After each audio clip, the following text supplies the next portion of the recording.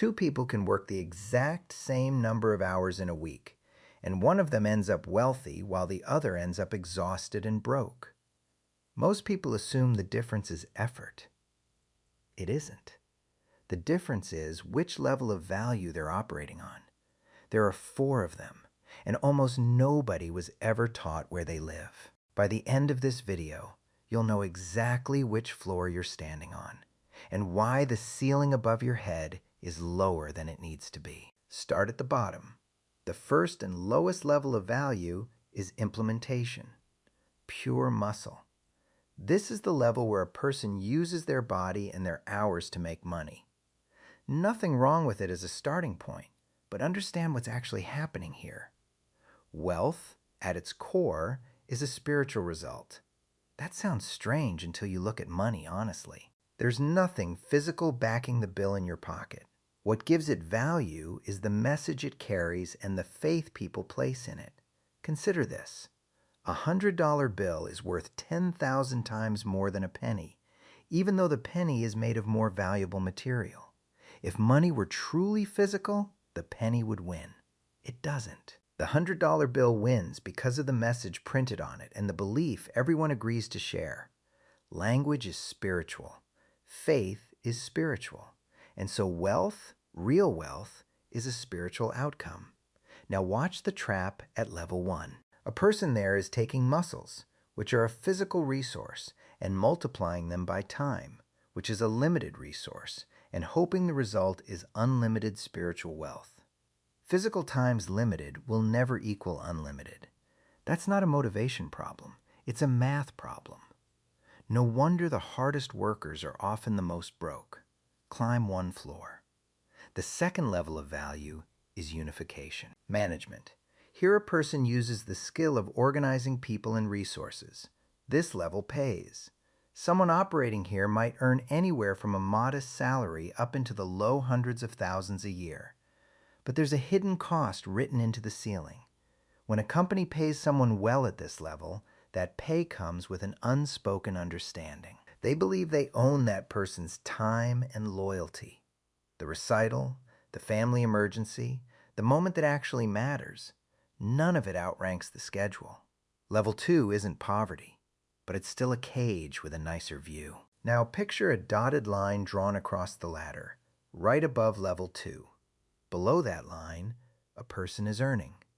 Above that line, a person begins to create wealth. Everything changes at the line, and most people spend their whole lives working furiously below it, never realizing there are 2 more floors above their heads. The third level of value, the second highest, is communication. The resource here isn't muscle, and it isn't a management chart. It's the mouth. It's the ability to move people with words. And look at the range this opens up. On the communication level, income might start around 6 figures for someone who's excellent at selling, and stretch all the way to tens of millions a year for the top performers who command an audience, the ones who act, who sing, who write the songs and the stories the world pays to hear. Same 24 hours in the day as the person swinging a hammer. Radically different result. Because words scale in a way that muscles never can. Nearly everyone already qualifies for level 1 by default. The invitation is to start building the skill of level 3, learning to actually use the mouth. At the very top sits the 4th and highest level of value, imagination. The resource here is the mind and money itself. This is the level of the people who come up with the best idea, who put capital and creativity to work so that value multiplies without their muscles or even their hours being present. When a person reaches this floor, life moves to an entirely different scale. But here's what the programming did. Most people were trained to stay at the bottom, or, at best, to work extremely hard and get a degree so they could climb from level 1 to level 2. And the top 2 levels? A lifetime of conditioning taught them not even to value those. The imagination floor was made to look unrealistic, and the communication floor was made to look like a gift a few lucky people are simply born with. Here's the proof that the system was never built to lift people above the line. Consider what the finest professional schools leave out. A person can spend the better part of a decade in business school and never once be taught how to sell, even though selling is the engine of every business alive. Someone can study the law for 8 years and be taught how to practice it flawlessly, but never taught how to find a single client to practice it for. Someone can train to be a doctor for a decade or more, master the human body completely, and never be shown how to get a single human body to walk through the door. The highest value skills, communication, and imagination are the ones the classroom quietly skips. That's not an oversight. That's the program. So the path out isn't to work harder at the bottom. It's to climb, to recognize which level you're standing on, to see the dotted line above you, and to start deliberately building the resources of the top 2 floors, the mouth and the mind.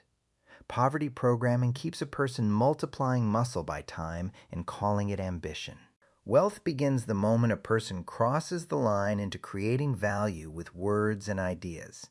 If you're working as hard as you possibly can and the money still isn't moving, you were never lazy. You were just standing on the wrong floor. There are 4 levels of value.